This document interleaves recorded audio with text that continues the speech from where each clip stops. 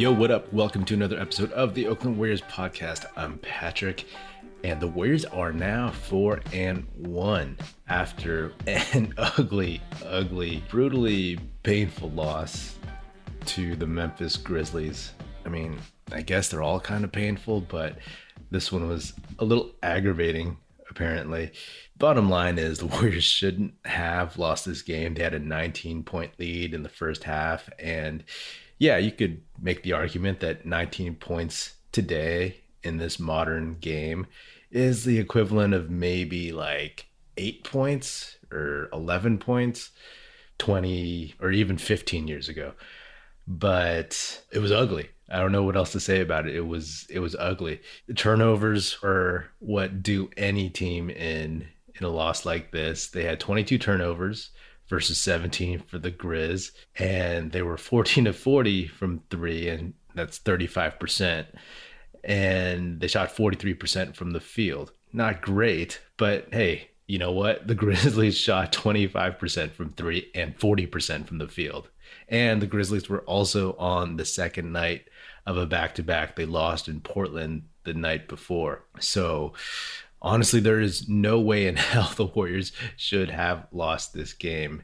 Also, the way the game ended with Gary Payton II unable to catch Ja Morant to foul him, that was kind of appropriate, right? Like, just couldn't execute, couldn't make the basic obvious play. But let me start with a couple things that they did well. They started fast and they were hot at the beginning of the game. And this is something that in the last couple games, they were not, right? They had started slow against OKC and the Kings and even the Lakers on opening night. And then it took them a while to kind of get going. But this was a game where they bolted out to a lead and they were not able to sustain it. Andrew Wiggins was aggressive to start. He looked like he was going to the basket more. Steph Curry was hitting shots and the flow was there. It was like, okay, this is like old school dynasty days, right? Where like they're in there and they just kind of overwhelm a team. And I was like writing like notes, like saying, oh, you know, this isn't the Warriors team the Grizzlies saw at the end of last season in the play-in round. But this game kind of shows that the Warriors have a tough time against young, fast teams, especially teams that are confident, have a little bit of experience and success, and definitely teams that are not afraid of them. You saw it a little bit against the Kings and maybe a little bit against OKC. I mean, these are just younger teams in general, but the Kings in particular, you know, they had some speed and some youth, and that messed with the Warriors a little bit until they were able to overcome them. But the Grizzlies obviously have beaten the Warriors. They have a star player in Ja Morant who has done a little bit. They have playoff experience now, so they're not going to fold as easily as, say, maybe like beginning of last season or 2 years ago. And it just shows that the Warriors, they're a little old, right? They're a little bit old in the sense that these guys were just quicker, and they just came at them and they didn't back down, and they just kept coming and coming. Credit to their coach and to those players for not giving up, for knowing that they could take this back. And that makes me wonder, like, oh, hey, when is James Wiseman and when is Jonathan Kuminga coming back? Obviously, Kuminga, he wouldn't be ready for major minutes, but hopefully sooner rather than later, in a couple months, he'd be ready for some spot minutes when you need somebody to guard these athletic guys or punish some of these dudes on the interior. And Wiseman for sure, you know, like at least he would be there to be a big body and to give them some quicks and some other scoring options in the paint. And man, Draymond, he had a rough one, and he had 5 turnovers. Some of them were miscommunications, not always his fault, but some were just also bad decisions. And that 8-second violation turnover in the closing minutes of regulation, that was inexcusable, man. Like, how many of those has he had in his career? I don't remember any. I'm sure maybe he's had some, but this was literally just because he walked it up too slowly. No one was pressuring him. He just walked it up. Steph had 5 turnovers, and as much as we love him, we all know that that's always been like the one singular consistent flaw in his game. And this was one of those games where it cost them, you know. Usually it's like, oh, the Warriors win and Steph has 30 points and a few turnovers and it's all forgotten. But this one hurt because overall it just added to this massive total of turnovers.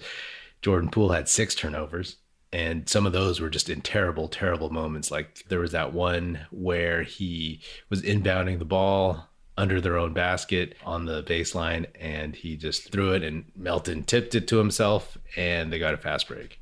All these things add up. If one dude has a bunch of turnovers, you can overcome that. But the 3 guys who get the most touches, who handle the ball the most on your team, then that's not going to fly. Steve Kerr after the game more or less said something to the extent of the Warriors do well. They thrive in chaos, but they are a little too chaotic right now. And it sure looked like it, but not to point fingers too much, but it really felt like Jordan Poole was the one that was the most chaotic.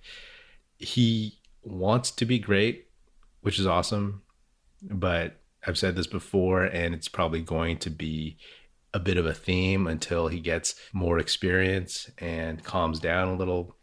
But he was just pressing. Now that he's been given that role as the secondary scorer after Steph and the main scorer on the second unit, then he's really taken it on himself. And when things aren't going his way, he just keeps pressing and going too fast, making bad decisions.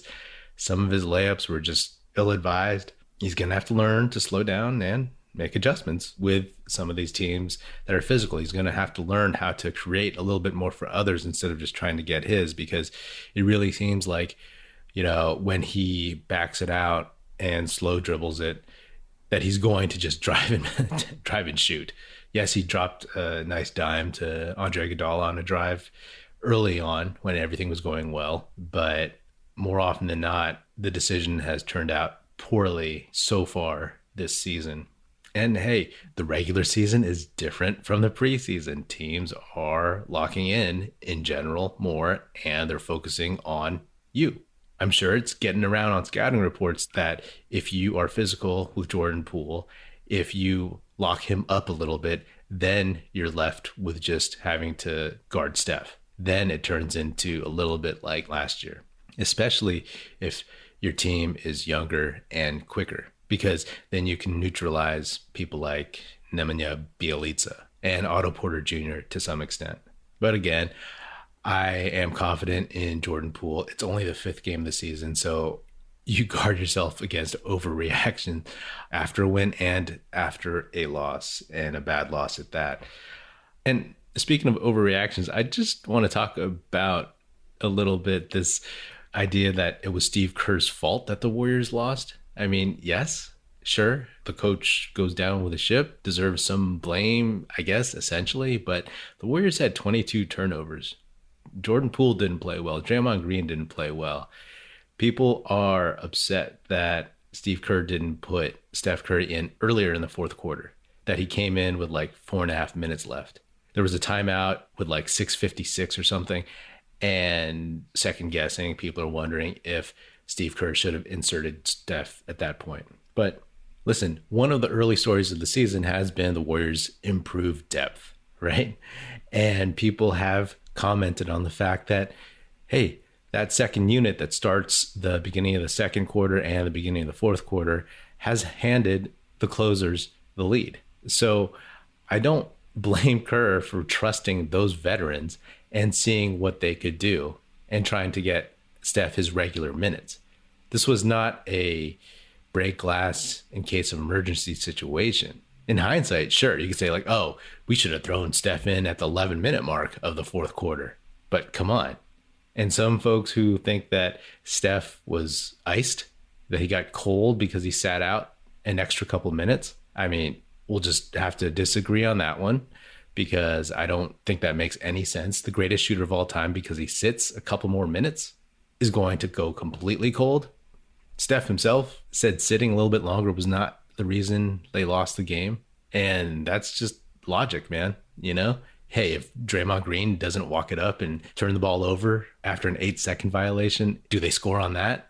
Do they win the game? For folks who think that the sky is falling all of a sudden and are all up in arms because of one loss in game 5, the 5th game of the season, when this team is still new to each other and they're still trying to figure their stuff out. No, they're not perfect, right? But it's a process, y'all. It's a process. And if I were Kerr, yeah, sure, maybe you could put him in a little bit earlier. Maybe you could put him in at 6:56. But a few seconds after that, Damian Lee hits a 3 and the lead is 5. When Steph checked out of the game at the end of the 3rd quarter, I believe the lead was 6. So, it's not like Alan Smiley-Gage was in the game or a rookie Nico Mannion or Michael Mulder.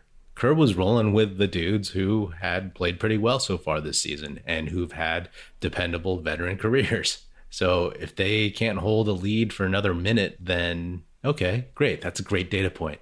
But don't, but hey, if you want to blame Kerr, that's, you're free to do that. But I just think that's a funny approach to being upset about this game. I mean, Kerr put Draymond Green into the 4th quarter at the 8:30 mark. So Draymond Green is supposed to help stabilize that team. But you know what? He didn't. He wasn't his best. Folks who are pointing at Kerr, sure. Don't discount the fact that everybody else screwed up this game too. It was a 100% team-wide effort to lose this game. So take the L, move on.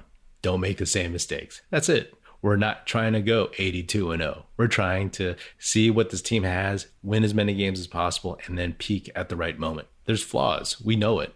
We see them. This is not the KD dynasty team where they can just give the ball to him and he'll make all the problems go away. But somehow, some way, the Warriors are going to have to figure out how to get someone else to score. Once you realize Jordan Poole wasn't going to be that guy tonight, then they were kind of stuck again. I've said that Poole can go to the basket, right? But that wasn't working for him tonight. And so when he's not doing it, who else is going to get you a much needed basket, an easy basket, get to the foul line? No one. So they were stuck just setting screens and hoping Steph could hit a 3. And that's not going to win you a game at the end of this. Because all of a sudden, like I said, at the start of the game, I was like, oh, this is not the Warriors team the Grizzlies saw in the play-in round. But then at the end of the game, I was like, oh, this is exactly the team the Grizzlies saw in the play-in round. A team that was relying on Steph because no one else could do it. Anyway, I believe Jordan Poole will get better. I believe that Wiseman will help when he's healthy. I believe Klay Thompson will help when he's back. I believe Kuminga and Moody will help at some point this season. It's just one loss. Now, if they start losing a bunch of these games, then we got something to talk about. But it is what it is. They take ownership of this one and, on to the next.